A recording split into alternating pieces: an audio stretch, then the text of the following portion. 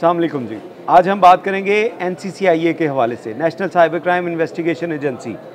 जिसकी जानिब से आज 3 यूट्यूबर्स रजब भट्ट, अंसली और हुरैरा के ख़िलाफ़ मुकदमे का इंदराज किया गया। ये मुकदमे का इंदराज पीका एक्ट 2016 की दफ़ात के तहत दर्ज किया गया है, जिसमें ये इल्ज़ाम आयद किया गया कि ये तीनों यूट्यूबर्स, तीनों सोशल मीडिया इन्फ्लुएंसर्स अपने सोशल मीडिया अकाउंट्स की मदद से ऐसी जो सोशल मीडिया ऐप्स और ऐसी बैटिंग ऐप्स की प्रमोशन कर रहे थे जो पाकिस्तान में गैर कानूनी तौर पे काम कर रही हैं। इस हवाले से NCCIA की जानिब से जो मुकदमा दर्ज किया गया है उसमें पीका एक्ट की दफ़ात जो हैं वो शामिल की गई हैं, लेकिन इसके साथ साथ आपको इसका बैकग्राउंड समझने की ज़रूरत है। कुछ माह पहले national cyber crime investigation agency की जानिब से ऐसे अफराद के ख़िलाफ़ कार्रवाई का आगाज़ किया गया जिन्होंने 46 ऐसी वेबसाइट्स और ऐप्स के मुतालिक जो सोशल मीडिया के ऊपर उसकी प्रमोशन की, और ये पेड प्रमोशन थी, यानी कि उन ऐप्स के जो मालकान थे, जो ऐप्स के जो हैंडलर थे,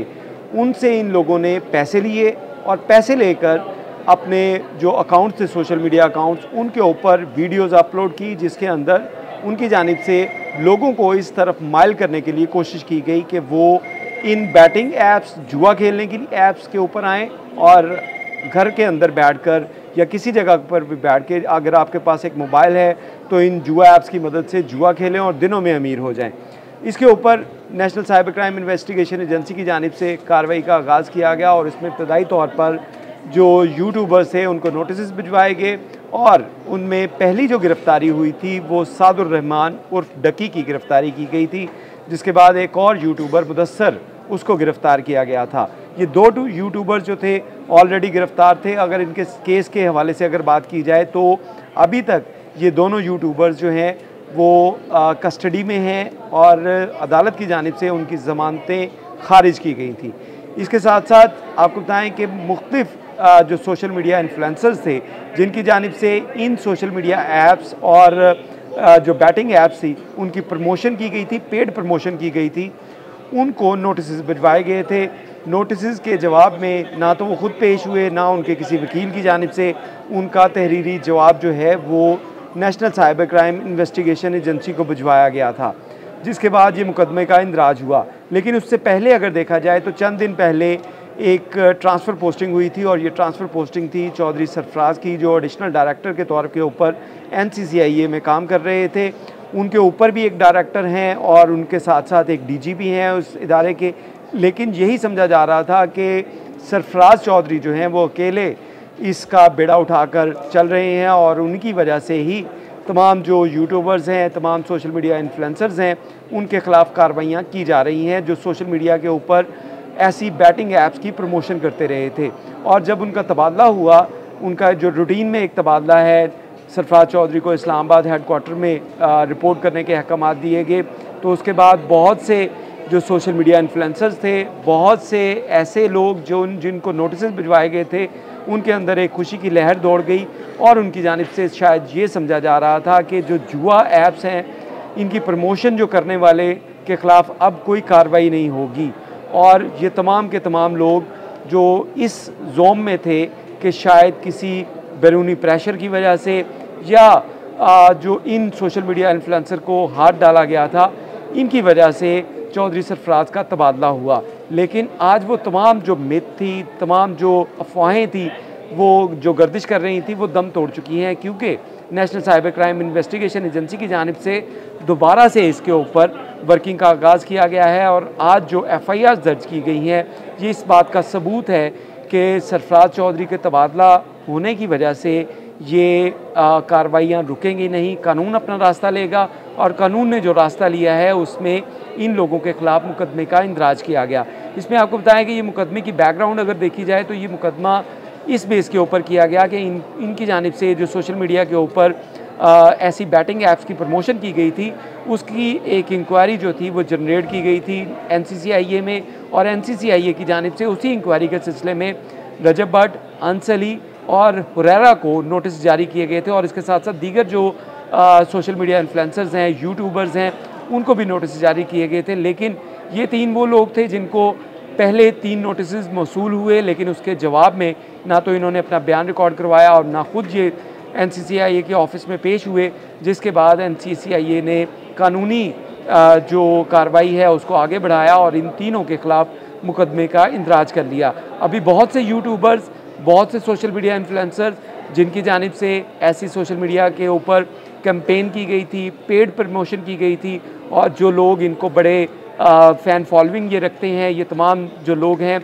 इन्होंने अपने वो सोशल मीडिया प्लेटफॉर्म से वो बैटिंग ऐप्स के लिए यूज़ किए थे, लोगों को जुए की तरफ माइल करने की कोशिश की गई थी। इसी के ऊपर NCCIA की तरफ से कार्रवाई का आगाज़ किया गया और अब बाकी यूट्यूबर जो हैं उनके ख़िलाफ़ भी आइंदा चंद रोज़ में आपको ऐसी कार्रवाइयाँ नज़र आएंगी जिसमें उनकी या तो गिरफ्तारियाँ होंगी या उनके ख़िलाफ़ मुकदमात का इंदराज होगा, क्योंकि ये तीन लोग जिसमें अंस, रजब भट्ट और उसके साथ साथ हुरैरा जो हैं ये पाकिस्तान के अंदर मौजूद नहीं थे और ना ही ये FIA के अंदर पेश हुए, ना इनका बयान रिकॉर्ड हुआ। इसी बिना के ऊपर इनके ख़िलाफ़ मुकदमे का इंदराज कर लिया गया है और अब बात यहाँ तक सिर्फ नहीं रुकेगी, इनके ख़िलाफ़ मज़ीद कार्रवाई भी होगी। इस कार्रवाई के अगर बारे में बताएं तो प्रोसेस इसका ये होता है कि जब किसी के ख़िलाफ़ FIR दर्ज होती है तो उस FIR के बाद उसकी गिरफ़्तारी होगी। अगर वो गिरफ़्तार नहीं हो रहा, जैसा कि वो बैरून मुल्क हैं या पाकिस्तान नहीं आ रहे,